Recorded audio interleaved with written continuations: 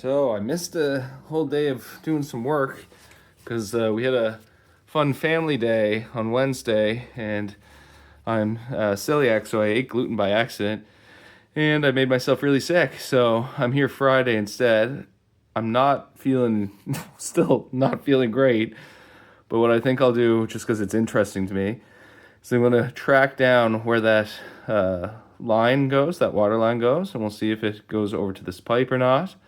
And I think that's what I'll do for the next little bit, is dig out that line and see where it goes to. Hopefully it goes over to here to this water, I think, stack of some sort, and we'll see how it all connects up and if it looks okay or not.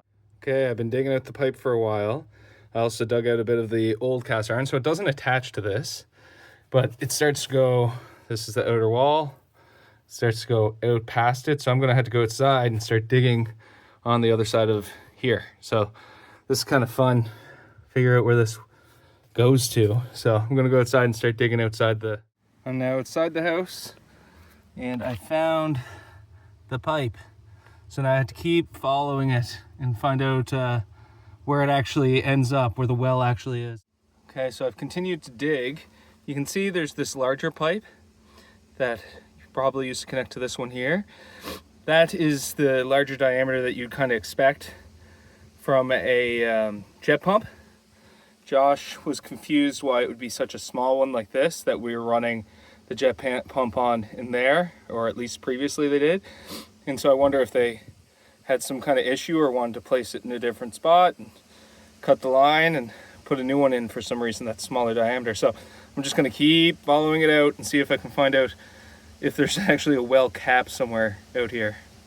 Anyway, I'll keep digging, we'll see. All right, I'm out here today. I was trying to fix this up. This had gotten twisted when I last lifted it. So I just made a block that will fit between. And I had to take out all of the shims to actually get it to the point where I could get it to go back flush with the other board. So I'm gonna put this in to block it from twisting, and then I'll lift it back up and get it back. Okay, so I got the shims back in place. I've also supported down at the back just to bring it up so it's touching all the way along the bottom. I do that in the other room too, but unfortunately there's so much wood I can't get to it. It's not a big deal. I can do it later. So what I'm gonna do right now is I'm going to put the new support, new beam from here running over to the pony wall, get that all set up. So I had to cut off those bits of wood there. And then once I get that done, I'm gonna come over to this side, cut open an entry here and do another beam. And this is one of the last large support sections. So it's pretty cool getting near the end of it. So I'm gonna cut out everything, clean it up so that I can get a beam in. Okay, so I have this beam in place, triple beam. I'm gonna elevate it a little bit here, and then after that I'm gonna take my first break. I messed around with that for quite some time. As you can see, it's actually a little higher on that side, so I actually jacked this up a tiny high, but that's all right. It's all good now. I did put enough force on this jack here that it went right through the metal, which is a crazy amount of force, but we were able to come up 2 inches. Well, actually that's an inch board. So we came up 2.5 inches. So 2.5 inches up here. And gonna have room to put in the next beam. That'll go across from there. So I'll have to build a pony wall out and level off another patio stone, but I'll do that after I have a bit of a break. Okay, I'm just starting into the next task. I'm getting the pad down, trying to level it off with the one over there. Once I do that, I can do the pony wall and attach them, and then I'll be able to do the beam. So my goal is to get the beam done today, but we'll see how far. I've been working on this wall for a little while, and I am soaking wet from sweat. It's not even that hot of a day. I think this is from me having been sick, and now I'm just doing an actually long day, so, you know, sweating out all the bad stuff. Okay, so I've got the pad down, vapor barrier on top of it that I connect more vapor barrier to. I've got the pony wall, though I do need to still put on one more 2 by 6 by 8 footer on top of it. And then once I do that, I can take that pile, run them through, and then I'll probably be good to go.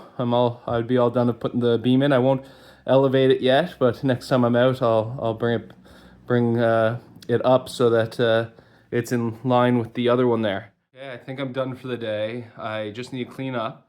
I finished off the triple laminated beam, got in place. I haven't elevated, jacked it up yet, but I'm going to save that for another day because, as I already said, I am very, very sweaty. I think this is it for today. I'll be back on Monday. I'm also going to call backhoe and see if they can start digging out along the side of the foundation here, as well as start digging. There's a line there, as you saw earlier in the video, that I don't know how far out it goes, but it could go to a well.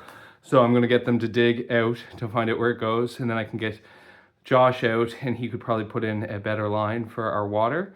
And I can't really have them out here anyway until I'm done all the floor joists. So I'd say I'll be able to get a lot more done next time. I'll flip the camera around so you can see the beam. Okay, so there's the beam running all the way across. You can see it's not elevated up to the same level as the other. We'll do that next time. And once I have that done and that's supported, I can take out this section of floor and the section of floor over here, and then I can put a pony wall in between these 2 points, and I can put the rest of the joists in over there. So then that'll be 3/4 of the entire floor done, and then it'll just be this last portion here. And what I'll do next is I'm going to be putting cinder blocks in and through here and on the other side, and doing some rebar and doing a new pour to cover up that big gaping hole underneath where it's starting to crack and come away. So we'll reinforce the wall over there after we get the rest of the joists done here. Once that's done, we can even out all the floor, like all the soil. And once we even out the soil, can put down vapor barrier and finish off the rest of the floor. And then once that's all done, I can start working on all the sills. And once the sills are done, I can start working on the far wall that's kind of messed up. But that's all for in the future parts. So I'm going to stop here today.